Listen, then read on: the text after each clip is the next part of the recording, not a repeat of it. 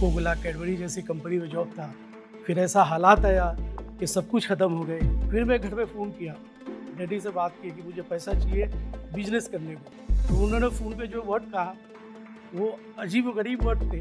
उन्होंने कहा कि तुम अपने ज़िंदगी को फुटबॉल बना लिया, तुम अब जमात में जाके बाबा मलंग बन गए, तुमको 1 रुपया भी हम नहीं देंगे, तुम वहाँ पे जो है चने बेचो, अंडे बेचो, यहाँ तक कि भीख मांगो वो भी नहीं दूंगा। और फ़ोन रख दिया। उधार 5,000 रुपये किसी से लिया और उसकी जर्नी शुरू की, बिजनेस शुरू किया और उस बिजनेस को 35 करोड़ के टर्नओवर पे आज लेकर आया। नमस्कार। आप लोग सोच रहे होंगे कि दाढ़ी टोपी कुर्ते पजामे में ये मौलाना साहब जोश टॉक के मंच पे क्या कर रहे हैं। तो मैं बताना चाहूँगा कि 2002 में आप लोग की ही तरह पैंट शर्ट टाई में था और मुंबई के एक सफ़र ने मेरी पूरी ज़िंदगी बदल दी। उस वक्त में बड़े कंपनी में जॉब था, कोको कोला कैडबरी जैसी कंपनी में जॉब था। फिर ऐसा हालात आया कि सब कुछ ख़त्म हो गए और जॉब भी चले गए और जिस रूम में रहते थे उसका रेंट देना, इलेक्ट्रिसिटी बिल, बाकी चीज़ पे करना भी मुश्किल हो गए। फिर उसके बाद जो है जर्नी हमने शुरू किया, उधार 5,000 रुपये किसी से लिया और उसकी जर्नी शुरू की, बिजनेस शुरू किया और उस बिजनेस को 35 करोड़ के टर्नओवर पे आज लेकर आया। उसकी पूरी डिटेल मैं इस मंच के जरिए से आपसे शेयर करूंगा। पूरी जर्नी बताने से पहले मैं अपने बारे में बता दूं, मैं बिहार का ही रहने वाला हूं। मुजफ्फरपुर डिस्ट्रिक्ट में एक गांव है जिटकाही, जो मेरा नेटिव प्लेस है, जहां पे मेरे फादर की छोटी सी मेडिसिन की दुकान थी और मिडिल फैमिली से बिलोंग्स करने की वजह से बहुत सारी स्ट्रगल और सारी की जिम्मेदारी मेरे फादर के ऊपर। कोई बैकअप नहीं, कोई कमाने वाला नहीं, अकेले उनका चाहत था कि हर बच्चों को या तो इंजीनियर या डॉक्टर या बिजनेसमैन बनाए और सारे लोगों को पढ़ाना इस दौर में काफ़ी बड़ा मुश्किल चैलेंज था। उसी दौरान मेरी जो है मैट्रिक कंप्लीट हुई और उसके बाद मैं पटना वाणिज्य महाविद्यालय में कॉमर्स की पढ़ाई शुरू किया और आईकॉम करने के बाद मैं सीए फाउंडेशन की तैयारी शुरू की। सीए फाउंडेशन में कर रहा था, उसी दौरान मेरे फादर की काफ़ी तबीयत ख़राब हुई और हॉस्पिटलाइज हो गए। चूँकि बड़ी फैमिली थी, कमाने वाले कोई भी नहीं, तो सारी जिम्मेदारियां उनके ऊपर थी और फाइनेंशियली जो है ना वीक होने की वजह से बहुत सारे चैलेंज आने लगे। तो हम लोगों ने डिसाइड किया कि उनको सपोर्ट करना है। उसी दौरान जो है हम अपने सीए की फाउंडेशन पढ़ाई छोड़कर एमबीए की तरफ मूव किए और वो पूरी कंप्लीट भी नहीं कर पाए। वो फाइनल एग्ज़ाम बाकी था और बीच में मुझे पढ़ाई ड्रॉप करना पड़ा। और वो जो डिसीजन हमने लिया मशवरे के तहत, फादर भी बड़े भाई भी समझाए कि पढ़ने के बाद भी बिजनेस करना है और ये अभी जो वक्त है इसमें फाइनेंशियल बहुत क्राइसिस है, तो इसको पूरा करने के लिए जो है कटक में उड़ीसा में मेरे जीजा जी का ट्रांसपोर्ट का बिजनेस था, तो उसमें मुझे भेजा गया। फिर वहाँ मेहनत करने लगे। चंद दिन वहाँ पे हमने काम किया। उसी दौरान जो है उड़ीसा में सुपर साइक्लोन आए और पूरी बिजनेस बंद हो गए। फिर मैं रिटर्न आ गया नेटिव प्लेस और आइडियल था। तो मेरे बड़े भाई, एक जो कज़िन है जमाल भाई, मुंबई में रहते थे, वो मुंबई से आए और बोले कि क्या कर रहे हो। मैंने बताया कि हमारे सामने कोई ऑप्शन नहीं। तो उन्होंने बोले चलो मुंबई एक ट्रिप करते हैं, घूम के आते हैं। फिर मैं मुंबई जो गया तो वो ट्रिप मेरी पूरी ज़िंदगी को तब्दील कर दी। जब मैं मुंबई पहुंचने के बाद वहाँ का जो ज़िंदगी देखा लोगों का, काफ़ी फास्ट ज़िंदगी, कमर्शियल प्लेस, लोगों को कुछ करने की चाहत, छोटे घर में रहना, बहुत स्ट्रगल और वहाँ का चमक दमक, एक तरफ बहुत बड़ी रंगीन जिंदगियाँ, एक तरफ स्ट्रगल वाली लाइफ। हर रोज़ लोग स्ट्रगल करते हुए दिखे, मुझे अच्छा लगा, शहर समझ में आया। उसी दौरान मेरे कज़िन के जो भाई थे वो कंप्यूटर हार्डवेयर कोर्स करने जा रहे थे, तो मैं भी गया। मुझे समझ में आया उस वक्त कंप्यूटर का रिवोल्यूशन था, तो मैंने कंप्यूटर हार्डवेयर इंजीनियरिंग किया। करने के बाद जो है फिर जो है सॉफ्टवेयर भी साथ में किया और करने के लिए जो है ना पैसे नहीं थे, जो घूमने के लिए गया था उससे एडमिशन लिया। बड़े भाई समझाए भी, फादर भी मना किए, बट जॉब करके मैं वो कोर्स कंप्लीट किया। साथ में जॉब भी करता था, पढ़ाई भी करता था। वो कंप्लीट करने के बाद फर्स्ट जॉब मैं कोको कोला कंपनी में लगा, ये हार्डवेयर इंजीनियर। बट जॉब में मुझे जो है करियर नहीं समझ में आता था। मेरा एक ही मोटिव था कि मुझे कुछ करना है, सिर्फ अपने लिए नहीं, बाकी के लिए भी करना है। कि जो मेरे जरिए से लोगों का कैसे भला हो हमेशा सोचता था। इसी दौरान जो है वीकेंड में एक सीएनएफ के पास एज ए डिपो इंचार्ज का जॉब मिला। लेकिन वहाँ भी जॉब जो करता था तो सिर्फ जॉब के लिए नहीं, बल्कि मुझे मेरे दिमाग में चलता था कि कुछ बड़ा करना है। तो एक मॉल हुआ करता था, पहला मुंबई का मॉल का कंसेप्ट था बिग बाज़ार। वहाँ जाते थे, बहुत गैदरिंग, बहुत भीड़, लोग लाइन लगा के जाते थे। तो मैं सोचता था अगर यहाँ पे काउंटर हो कोको कोला का, कैडबरी का, तो काफ़ी मतलब एडवर्टीजमेंट भी होगा, सेल भी होगा। फिर मैंने प्रोक्योरमेंट डिपार्टमेंट में जाकर फॉर्म लिया, पूछा तो उन्होंने बोले कि 60,000 रुपीज़ रेंट देना पड़ेगा। तो मैंने यस करके फॉर्म लेकर आए और एक पीपीटी बनाए। जो हमारे कैडबरी के हेड थे, जॉनसन रॉड्रिक थे, उनको प्रेजेंट किया।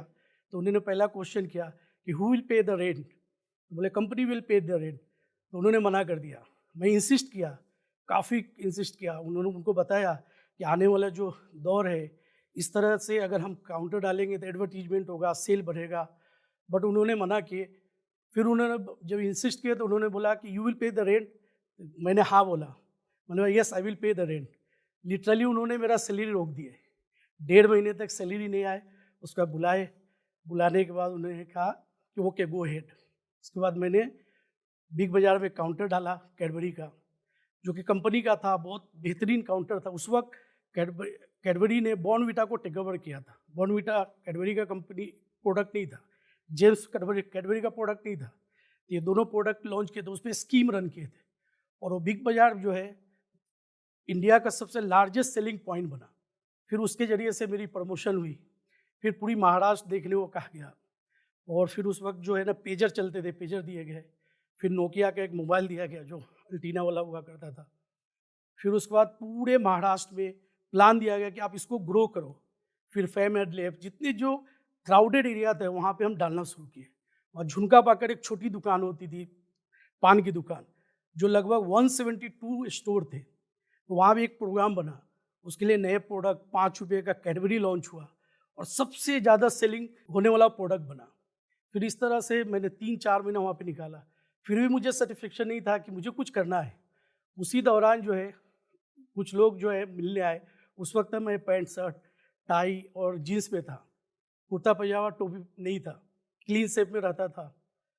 उसी दौरान जो है जमात के कुछ लोग आए, तबलीग की जमात के। फिर मैं जमात में जुड़ा। 3 दिन गया तो समझ में आया कि ज़िंदगी जो है सिर्फ गुजारने का नाम नहीं है, बल्कि ज़िंदगी का एक मकसद है, एक दूसरे के लिए कोऑपरेशन, ज़िंदगी जीने का एक पूरी तरीका है जो ऊपर वाले ने तय किया है। ये समझ में आया और समझ में आया कि एक दिन इस दुनिया को छोड़कर जाना है। जब जमात में गए तो बिल्कुल चेंज हो गए। पैंट शर्ट, कुर्ते पजामा सब उतर गए और कुर्ते पजामा, दाढ़ी टोपी में ऐसे मौलाना जो आपके सामने हूँ ऐसा हो क्या है। उस दौर में ये दौर था 2003 का। और उस वक्त मुझे जॉब नहीं मिल रहे थे और पॉकेट में पैसे नहीं। रिटर्न आया तो 150 रुपया। और मुंबई में हम लोग 3 बैचलर के साथ रहते थे, तो तमाम रूम का खर्च, लाइट बिल सब मेरे ऊपर कर्ज हो गए और पैसे नहीं। और 4 महीना तक जॉब ट्राई किया, जॉब नहीं मिले। फिर मैं घर पे फ़ोन किया, डैडी से बात की कि मुझे पैसा चाहिए बिजनेस करने को। तो उसमें उनका जो रिएक्शन था वो अजीब-व-गरीब था। अच्छा, हर माँ बाप चाहते हैं कि बेटा जो है सेटल हो जाए। हर माँ बाप का ये ड्रीम होता है कि हर बच्चा मेरा सेटल हो जाए। तो उन्होंने फ़ोन पे जो वर्ड कहा वो अजीब-व-गरीब वर्ड थे। उन्होंने कहा कि तुम अपने ज़िंदगी को फुटबॉल बना लिया। इंटर करने के बाद सीए फाउंडेशन की पढ़ाई छोड़ दिए। उसको छोड़ने के बाद मैनेजमेंट की तरफ गए, वो भी कंप्लीट नहीं। कंप्यूटर इंजीनियरिंग किए, वो भी कंप्लीट नहीं। उसको छोड़ के सॉफ्टवेयर, उसको छोड़ के कैडबरी में इतना अच्छा पोजीशन था, उसको छोड़कर तुम अब जमात में जाके बाबा मलंग बन गए। तुमको 1 रुपया भी हम नहीं देंगे। बहुत गुस्सा हुए और इतना गुस्सा हुए कि फ़ोन पे उन्होंने वर्ड बोला कि तुम वहाँ पे जो है चने बेचो, अंडे बेचो, यहाँ तक कि भीख मांगोगे वो भी नहीं दूंगा। और फ़ोन रख दिए। मेरे सामने बिल्कुल दिन में ही सितारे दिखने लगे। कुछ भी समझ में नहीं आया, पॉकेट में पैसे नहीं। फिर एक दोस्त था, उन्होंने कहा कि क्या कर रहे हो? तो बोले कुछ जॉब नहीं है। फिर उन्होंने जो है मार्केटिंग का जॉब बताए। फिर मैंने बैग का मार्केटिंग शुरू किया। फिर धीरे धीरे जो है 2 मशीन डाले, 2 से 3, 4। और मेरा इंटेंशन था कि बड़ी कंपनी को अप्रोच करना। तो मैं गूगल से निकाला तो एक कॉर्पोरेट कंपनी थी पेनासुला, वहाँ पे ऑरेंज करके कंपनी थी, जिसको टेक ओवर हच ने किया, हच को वोडाफोन ने किया। तो ऑरेंज की जो मोबाइल की कंपनी थी उसमें 5,000 बैग की ऑर्डर थी। मैं गया वहाँ कोटेशन दिया, 67 रुपीज़ कोटेशन दिया, वो 105 रुपीज़ में ख़रीदते थे। उन्होंने बोला कि रीकॉस्टिंग करो, मैं बोला कि नहीं परफेक्ट है। फिर सैंपल सबमिट किया, 5000 का फर्स्ट ऑर्डर उन्होंने दिया। फिर उन्होंने मेल किया कि वेंडर रजिस्ट्रेशन फॉर्म भरना। तो चूँकि मैं बैकग्राउंड मेरा बिजनेस ही था, पढ़ के गया था, तो मुंबई में उस ज़माने में BST CST नंबर चलता था। 2006 में वैट आया, उसके बाद GST आया। तो BST नंबर कहाँ मिलता है, वो मैं मझगाँव गया तो पता चला कि करेंट अकाउंट चाहिए। बैंक आया तो पता चला गुमास्ता लाइसेंस चलता है महाराष्ट्र में। गुमास्ता लाइसेंस के लिए दादर गया तो पता चला कि राशन कार्ड होना चाहिए। राशन कार्ड ऑफिस गया तो उन्होंने कहा जिसका घर होता है उसका राशन कार्ड बनता है, सबका नहीं बन सकता। फिर मैडम को फ़ोन किया कि मैडम मेरे पास वो BST CST नंबर नहीं है, तो वेंडर रजिस्ट्रेशन फॉर्म कैसे भरूँ? तो बोले प्रोडक्शन रोक दो। हालांकि 50% वर्क हो चुके थे, मेरे लिए चैलेंज था। फिर एक रिलेटिव थे, उन्होंने कजिन करके ऐड किया और मैंने BST CST नंबर जो वहाँ का वैट नंबर था निकाला और बिजनेस शुरू किया। इस तरह से कॉर्पोरेट में टारगेट करना शुरू किया। पहले 2 मशीन डाला, फिर 3, 4, 6 ऐसे बढ़ाते गया। और जितनी कॉर्पोरेट कंपनी थी जैसे सिप्ला, मिडले फार्मा, ग्लेक्सो, सारे कंपनी में मैं अप्रोच करना शुरू किया और काफ़ी कॉर्पोरेट के ऑर्डर आने शुरू हुए। ऑरेंज कंपनी के, फिर वोडाफोन हुए तो वोडाफोन के भी, हज के भी ऑर्डर हमने किया और ऐसे काफ़ी कॉर्पोरेट कंपनी के ऑर्डर हमने करने लगे। और एक वक्त ऐसा आया कि ऑर्डर काफ़ी थे, डिलीवरी का डेट जो है वो मीट नहीं हो पा रहा था, बहुत सारे चैलेंजेज आए। उसके बाद धीरे धीरे हमने फैक्ट्री बड़ा करना शुरू किया और ये सब करते हुए 3 साल गुजर चुके थे और मैं घर 3 साल तक नहीं आया था। एक लेवल पे एक सेटअप हो चुका था फैक्ट्री का, करीब 7 मशीन, करीब 10-12 वर्कर थे। फिर मैं मुंबई से फर्स्ट टाइम लगभग 3 साल के बाद मैं घर पे आया।